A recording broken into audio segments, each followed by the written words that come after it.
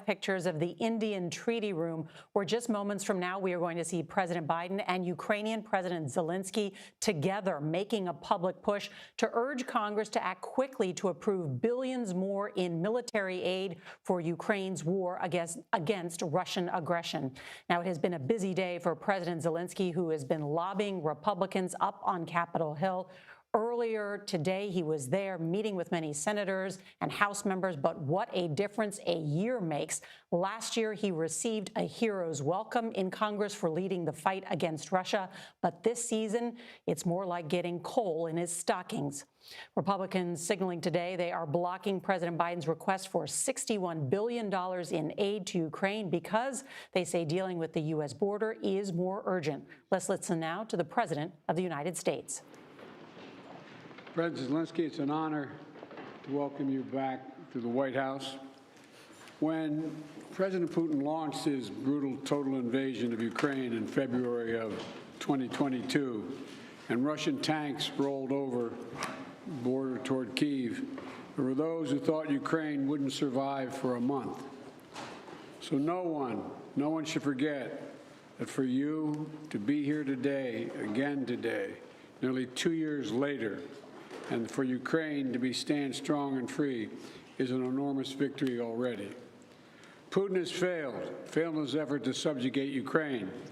The brave people of Ukraine have defied Putin's will at every turn, backed by the strong and unwavering support of the United States and our allies and partners in more than 50 nations in Europe and the Indo-Pacific.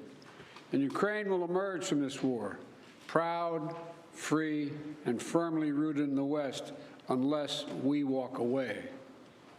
The American people can be and should be incredibly proud of the part they played in supporting Ukraine's success.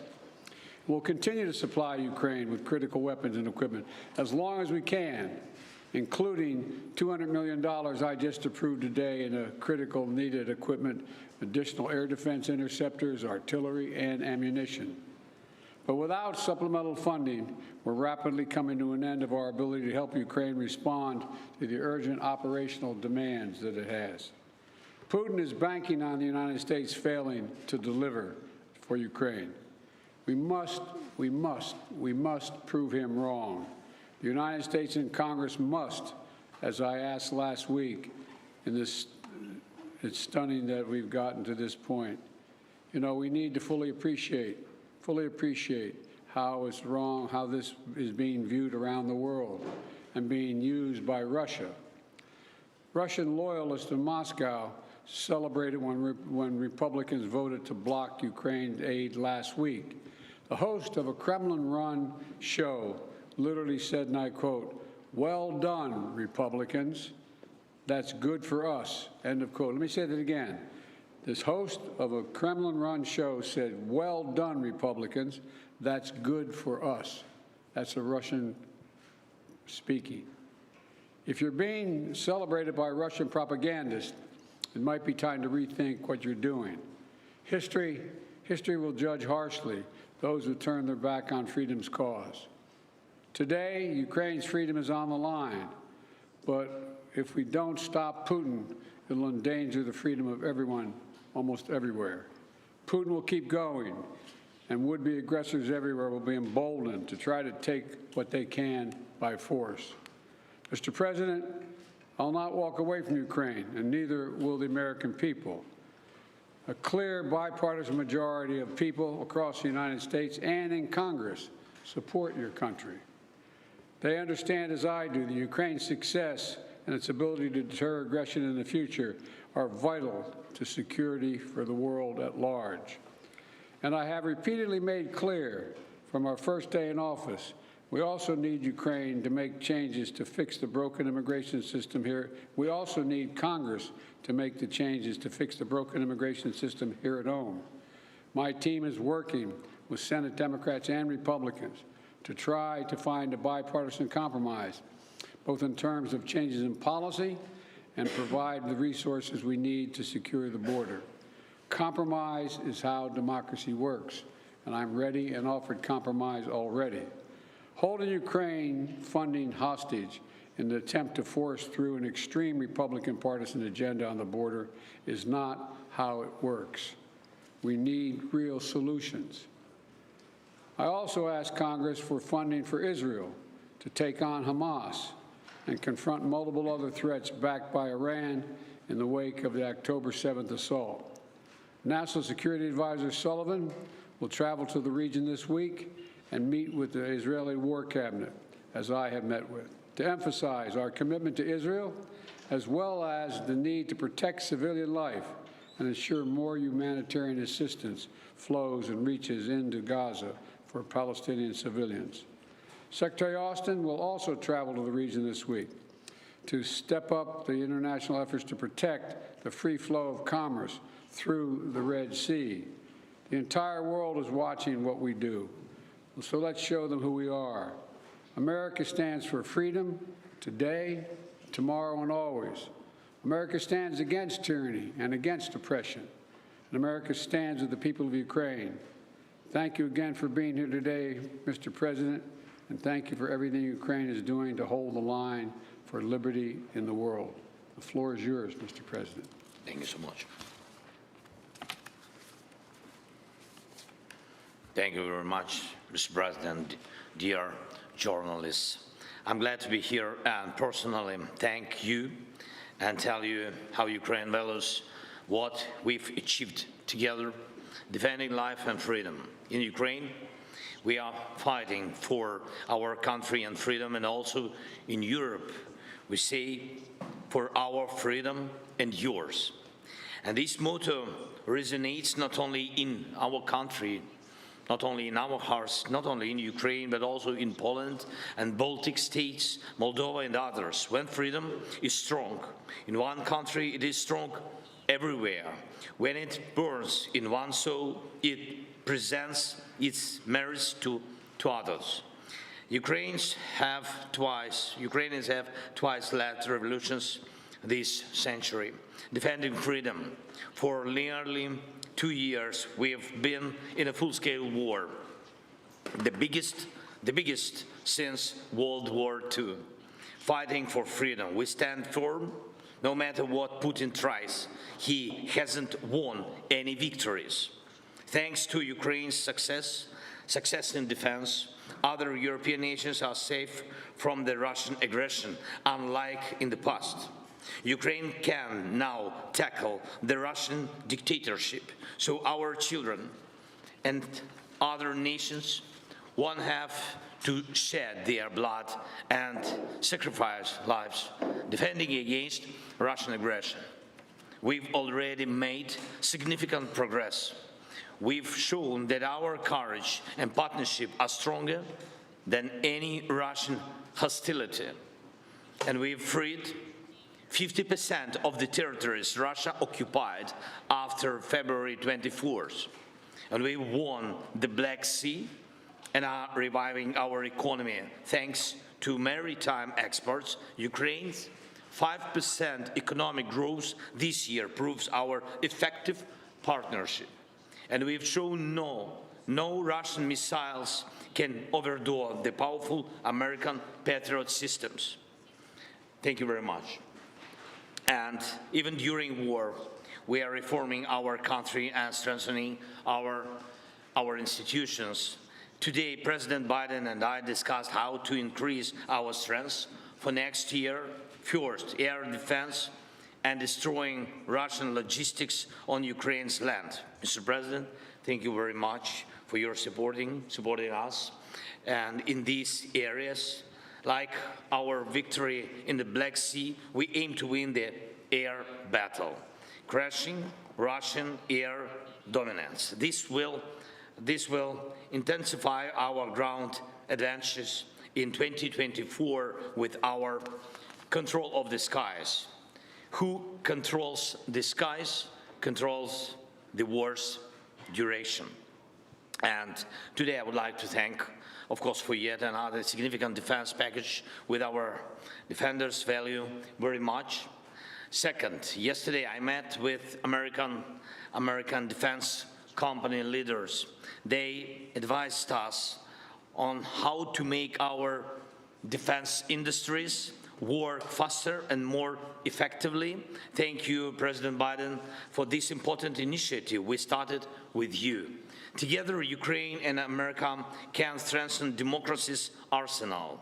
And this is vital for other free nations and the US, as it involves your companies, technologies, and technology advancement and job creation. And it is important to know that 2/3 of American support for Ukraine remains and works in the United States.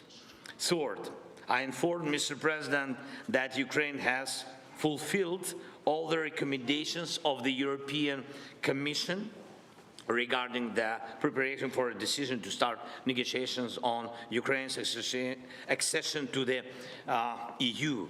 And we constantly communicate with European leaders about our joint steps, sanctions, and political efforts to pressure Russia. American leadership is crucial, is keeping this unity together, a unity that serves the entire free world. And I thank America for new sanctions. And today we discussed Putin's further isolation and making him pay for his aggression.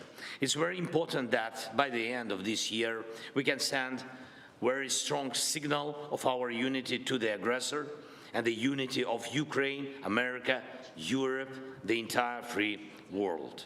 Everything we talked about today will help us in the year 2024. Today's discussions in the White House and in Congress across both parties and both chambers with a speaker were very productive, and I thank you for the bipartisan support. As we approach Christmas, on behalf of all our Ukrainian families separated by war and all sons and daughters on the front, Ukraine's greatest wish is to near this war's victorious end. No one but Putin wants a prolonged war. We dream of a Christmas in a peacetime, of course, and we are working to turn our battlefield success into peace. And we are heading there together with you, and thanks, of course, to your support. Thank you very much, Mr. President. Thank you, America. Slava Ukraini. Thank you. Look, we're going to alternate asking questions. We're going to ask a total of, each ask 2 questions, and I will ask the first question. I will recognize the first question asker. I'll ask a question, Joel, too. But Danny Kemp. Thank you, Mr. President. For President Biden, Ukraine's counteroffensive has stalled in recent months. Congress is blocking aid, and Vladimir Putin appears ready to just wait things out. So what is the strategy for the US and Ukraine next year to try and turn this around? And if that fails, at what point do you say to Ukraine, as a friend, that it is perhaps time to start looking at peace talks? And for President Zelenskyy, welcome back to Washington. Can I ask you, did you hear what you wanted to hear from Congress and from President Biden? Or are you indeed more worried than when you got here? Thank you very much. Well, let me answer the question first. Let's put this in perspective. Remember how far Ukraine has come. Russia's failed thus far in trying to erase Ukraine from the map and subsume it into Russia. Ukraine has taken back more than 50% of its territory seized since February of 22. And it's pushed back the Russian Navy so Ukraine can export grain and steel to the world through the Black Sea. And thanks to the incredible courage of the Ukrainian people and the bipartisan support from our Congress, but it's not just American support. There are more than 50 countries helping Ukraine with military, economic, and humanitarian assistance. 50.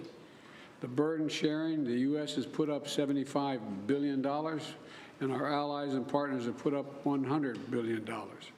And more than 90% of our security assistance to Ukraine is being spent in the United States to provide weapons for Ukraine and replenish our stockpiles and build our industrial base.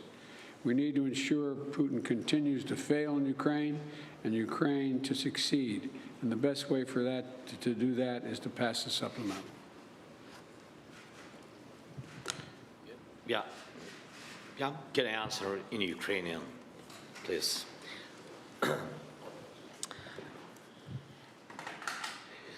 Дуже дякую. Перш за все, я хочу додати до того, що сказав пане президенте. Пане президент, President Biden, які були успіхи, я вважаю, about successes. I think that these were not easy successes. Nonetheless, they were quite serious. They were serious steps forward. Indeed, we gained victory on the sea. We destroyed ships of the Russian Federation. We threw the remnants of their fleet to Russian territorial waters. Yeah, they have something in the Black Sea, in the vicinity of our temporarily occupied Crimea, but we are going to proceed this activity.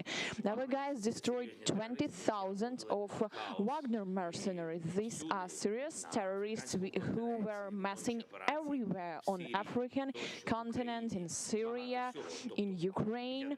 There were a lot of mass, and nucleus of this terroristic organization is not existing anymore. Yes, we had a lot of problems, but nonetheless we were able to do this. Moreover, Russia were not able to seize any part of our territory, any village, any town. I'm not talking about large cities, and we are going to proceed with this. It is good without saying that we have objective, we have clear plan, but if you allow me, I am not able to tell you on public on the details of 2024 operations. If I heard what I want, I've heard a lot. Surely I told what I wanted to. I feel and experience this support from President Biden administration, from senators, and we've been talking with the speaker. I got this signal. They were more than positive, but we know that we have to separate words and particular result. Therefore, we will count on particular result. Thank you. Your turn to ask a question. Sorry. Recognize someone. Телеканал Інтер, будь ласка. Thank you for taking my question. Dmitry Anopchenko, Ukrainian television news correspondent. Many Republican voices doubt the ability of Ukraine to win the war. Senator once recently even told that Ukraine need to cede some territories to stop fighting. Pane Volodymyr, to be very honest, have you even considered such a step to cede the territories to stop fighting? And Mr. Biden, could you please clarify the policy of your administration, the strategy of your administration on Ukraine? Is it about helping the country to defend itself or to win the war? Because it's obviously such a difference. I will begin. Okay. Ваше запитання до мене, чи готові So ми first віддати question to me. території, так? So your question is, if we are ready to give up our territories? Слухайте, питання не тільки в наших The словах. question is not only about our words or thoughts. The question is about for what we are ready and for what we are not. How Ukraine is able to give up its territories. That's insane, to be honest. We are mentioning God very often. That's not about Christianity. We have our people there, we have our families there, we have children there. That's a part of Ukrainian society, and we are talking about human beings. They are being under tortures, they are being raped, and they are being killed. And those voices which offers to give up our territories, they offers as well to give up our people. That's not a matter of territory, that's a matter of lives, of families, of children, of their histories.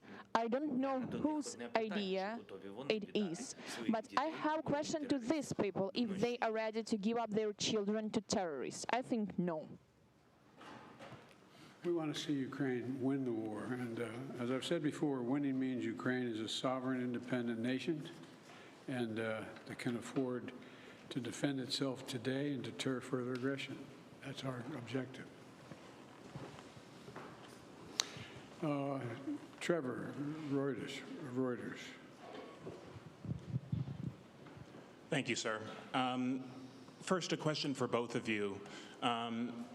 Given the Republican skepticism of the Ukraine effort, do you worry that a second term for President Trump would be the end of an independent Ukraine? That's for both of you. And then for you, President Biden, just an update, if you could, on the situation in Gaza, on the reports that Israel has begun flooding Hamas tunnels, and just the offensive in southern Gaza generally. How long do you think that operation should last? Thank you. First of all, with regard to political support for Ukraine, there is a strong bipartisan political support for Ukraine. Small number of Republicans who don't want to support Ukraine, but they don't speak for the majority, even the Republicans, in my view.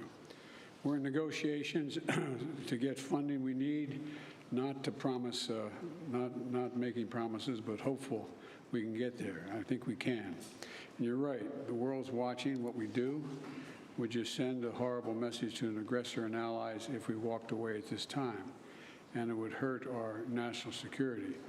And you want me to answer the other question as well? With regard to, say it again?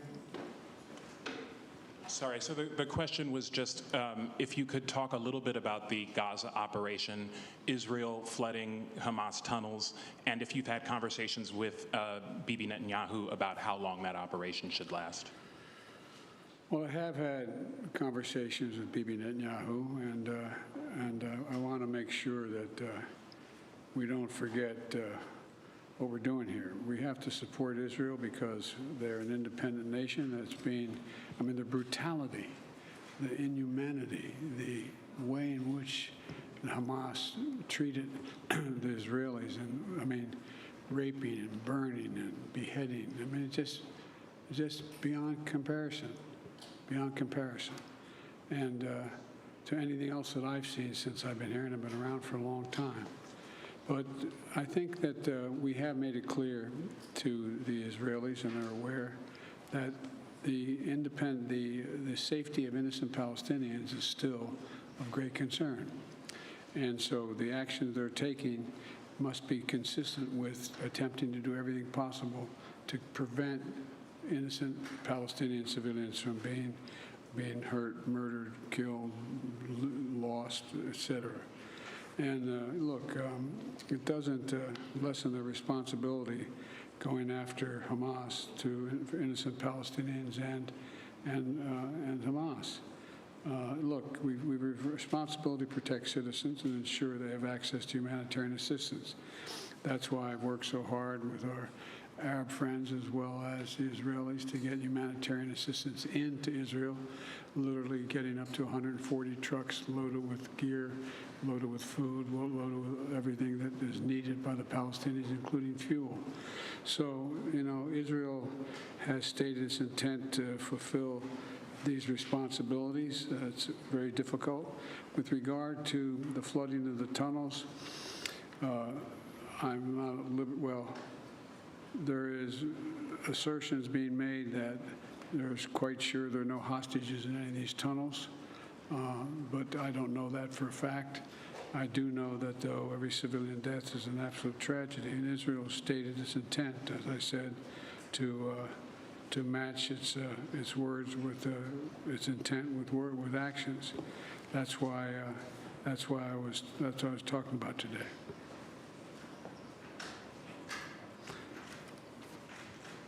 Question 3. I guess I asked that. No, I just asked that. It's your turn. Your turn. Якщо відповідаючи на ваше запитання, So, addressing your question very quickly, I've been talking a lot with representatives of both parties. Both Democrats and Republicans proved full-fledged support, and we will see. But before this, we've always been trusting in support of our strategic partner, the United States, and we will consider that it will continue in this way, and Ukraine will not remain alone against such a critical terrorist as the Russian Federation. Укрінформ. Так, будь ласка. Thank you so much. My name is Yaroslav Dovopol, Ukrinform News Agency, Ukraine. Next summer, the United States will host an anniversary NATO summit in Washington, D.C., which raises a lot of hope, especially for Ukraine. President Zelenskyy, what does the Ukrainian side expect from this summit? And do you hope to hear direct invitation for Ukraine to join the alliance? And President Biden, under what conditions is the United States ready to support the initiative of inviting Ukraine to be member of NATO? Thank you.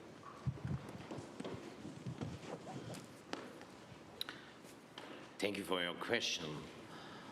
I will answer very quickly on this very complicated question.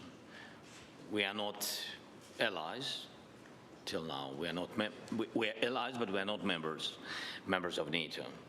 So that's why I think I will pass this question to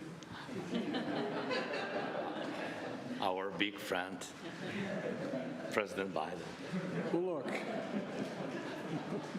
I'm very proud that how strong and unified NATO has become. And now it's even larger. Putin wanted the federalization of NATO when I met with him in Geneva right after I was elected. And he's gotten the NATOization of Finland instead. And NATO will be in Ukraine's future, no question about that. But as we said in Vilnius, Ukraine will become a member of NATO when all allies agree and conditions are met. Right now, we have to make sure they win the war. And, we launched a joint declaration of support alongside President Zelenskyy and the G7 leaders in Vilnius, outlining a long-term commitment to supporting Ukraine's defense needs. We also hosted a defense industry conference last week here in D.C. to get that critical work done. So it's a step at a time. Thank you all very, very much. This concludes thank you, everybody. Thank you, everyone. This concludes the press conference. Thanks, everybody. Thanks, everybody. Well, there you have it. President Biden and President Zelenskyy standing side by side, making the case for the United States' strong involvement in helping to fund the war efforts by Ukraine against Russian aggression. President Biden saying Putin is banking on the U.S. failing to deliver aid. And President Biden also at the top of his remarks saying that Russian propagandists on Russian TV were celebrating that Republicans were blocking essentially that $61 billion in requested aid. There was a lot of news in this press conference. Want to bring in our senior White House and political correspondent, Ed O'Keefe. He's there inside the room. Ed?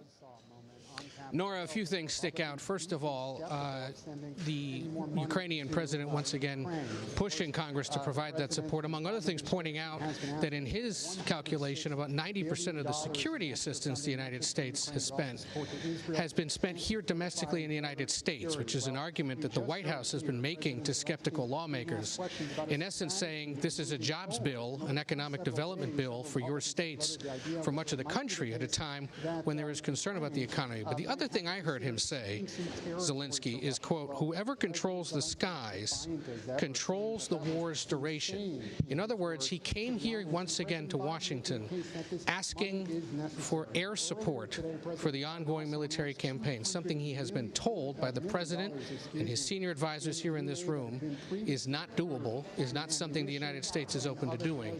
But Zelenskyy doubled down on that again today, saying in 2024 he knows getting that air support from the United States or NATO would help intensify and perhaps end this war. The meeting between these two leaders comes as lawmakers were meeting on Capitol Hill. We got word from some of those negotiators during the press conference that talks this afternoon regarding the specifics of a potential border security deal advanced. That's a good sign, certainly for a White House that has spent the last several days not engaging on the specifics when it could have, but suddenly now is, understanding that the clock is ticking as Republicans today said, with the House expected to adjourn later this week and no reason for the Senate necessary to stick around, this might not get approved by the end of the year, as the White House and Pentagon have warned needs to happen, given that the U.S. aid is running out. And Ed, I want to ask you, because President Biden and his entire national security team are very busy, not only dealing with Ukraine, but certainly with Israel. That came up in this press conference. We know, of course, President Biden earlier publicly saying that Israel needs to be concerned about, in his word, the indiscriminate bombing of civilians in Gaza, that they are losing global support. He was asked about Israel in this press conference. Are we at a turning point? It would seem that way, Nora. It's a missed opportunity to ask him to clarify whether what comments he made earlier today in a closed-door fundraiser were intended to criticize and target Benjamin Netanyahu specifically and his government, or if he still stands by the Israeli government. But comments came in a closed-door fundraiser here in Washington, where he acknowledged what much of the world has been saying, that the Israeli bombardment of Gaza is leading to too many civilian deaths. He is facing incredible pressure from within his own party and across the country for the continued bombardment of Gaza. Our polling that was out this week shows that opposition to his support of Israel in this conflict has grown since the conflict began in October. So a signal from the White House and from the president directly that disagreements he has with Netanyahu on a regular basis now are spilling out into the open, a sign perhaps that when Secretary of State Blinken and Defense Secretary Austin go back to the region in the coming days, as the president said they would, they've got a lot of conversations to have with Israeli leaders. It's an excellent point, Ed. Also, the president being asked about that news that Israeli Defense Forces have begun the flooding of the tunnels. He sort of said a search is being made, that they're sure that there are no hostages in those tunnels. And then President Biden saying, but I do not know that for a fact. I know you're going to have a full wrap-up on all of this with your new reporting tonight on the CBS Evening News.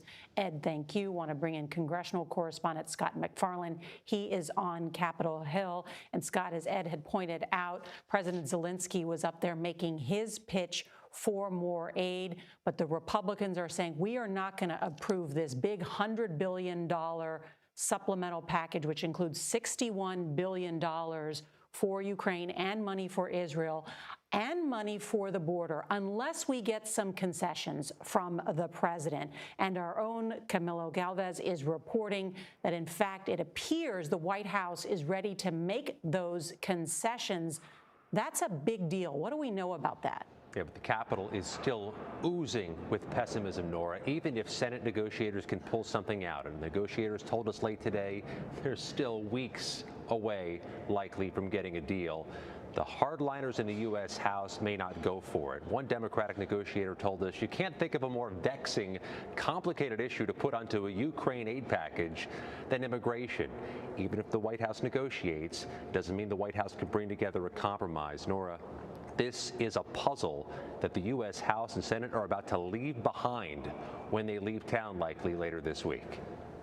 It's a good point, Scott McFarland. And what we are learning is that the Biden administration has indicated to congressional lawmakers that they would be willing to support a new border authority to expel migrants without asylum screenings. This essentially would revive the Trump-era Title 42 pandemic order.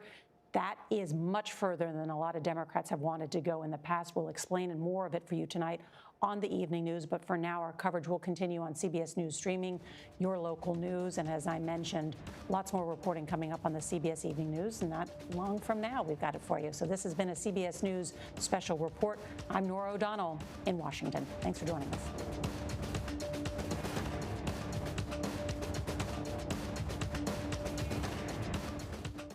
You've been listening to a CBS News